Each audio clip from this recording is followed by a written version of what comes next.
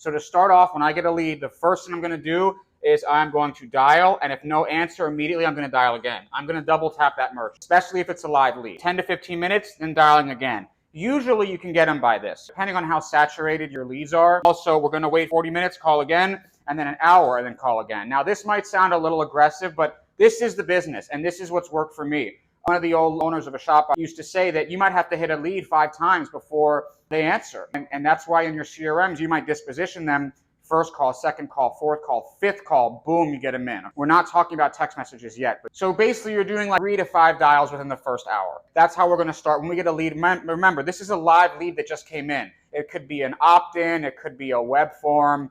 It could be someone that just clicked a button somewhere on the website. Who knows? So you want to be aggressive. I get a text message to my phone with the lead, I dial it, boom, because I have it on my phone because I don't want to miss out. Seconds are eternity in this business before someone else calls the prospect. So let's move on.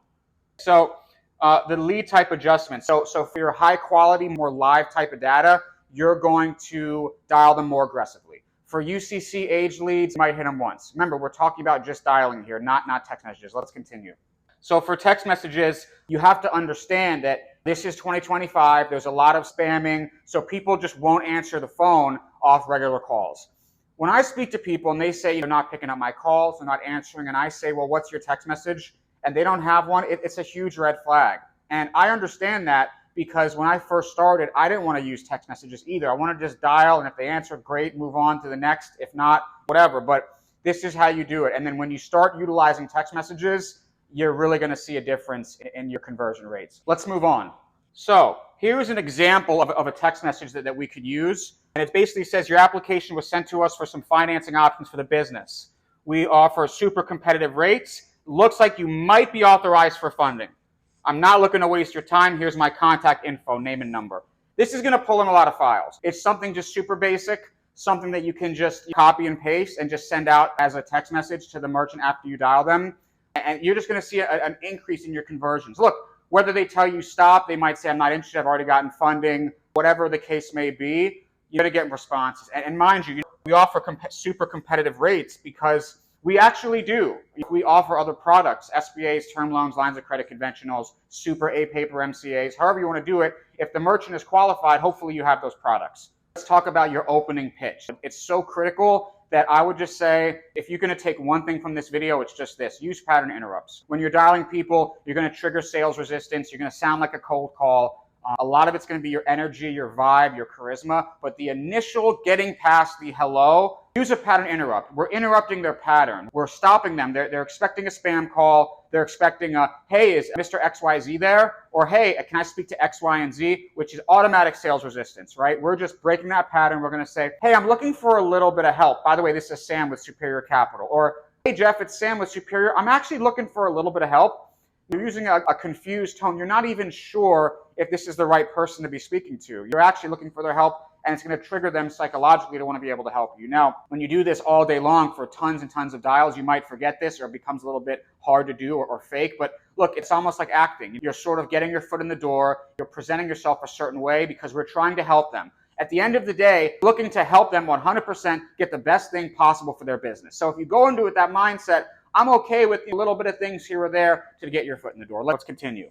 We have the phone call opened. We want to ask engaging questions. We want to connect with them, build some rapport, right? That's a whole other subject, but this is just basic.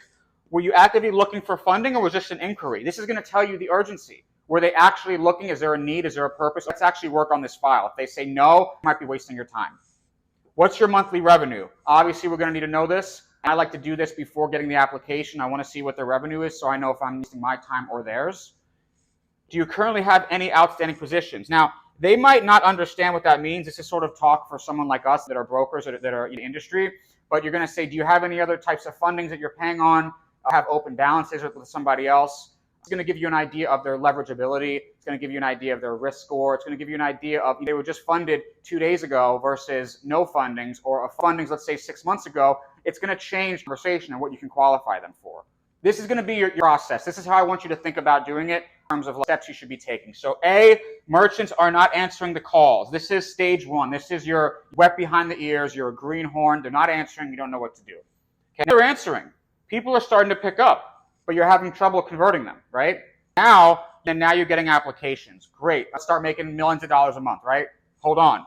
You secure the approvals, but struggle with getting deals funded. What's happening here? You're able to submit, you're getting applications, you're just submitting them, you're getting some approvals, but they're not taking it. So now we're getting more advanced. Now this is where you're going to be going into the closer territory. If you're just opening and learning, this just might stop. You just submit applications, right? Your closers are going to be the ones that are going to do the rest. The last step is you refine your closing skills and you start consistently closing deals.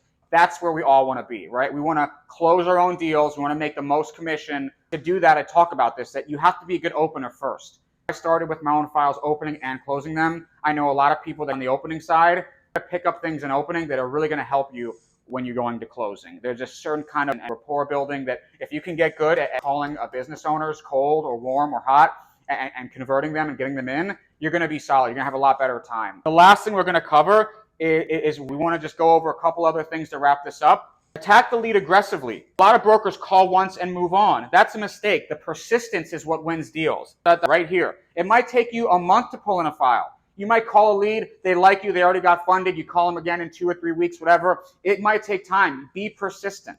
2, use a cell phone when possible. This is a caveat here. I really like using a cell phone. But then again, I'm hitting my leads usually. Maybe we have a few other people opening or however, but connect rates are a lot better, specifically with messages with iPhones. I know a lot of CRMs are utilizing that these days. And if you don't have access to a cell phone, don't sweat it. I just like it for me personally. Based on the lead type, right? This is major. If you have live leads, don't hit them the same way as UCC. Don't waste your time calling UCCs 5 times within the first hour because you're not going to yield the kind of results you want.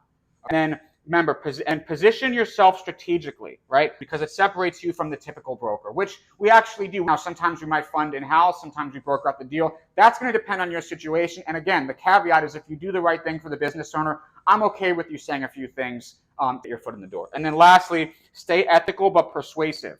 Do not make false promises. That's how you'll build a book of business. Your goal is to build a book of business to keep you fed when it's light and you're not having a lot of business. I got merchants that are friends and we talk and we chit chat. I was talking to this one business owner that we funded 6 times about, his son is in CrossFit and really good. And now the business owner is doing CrossFit.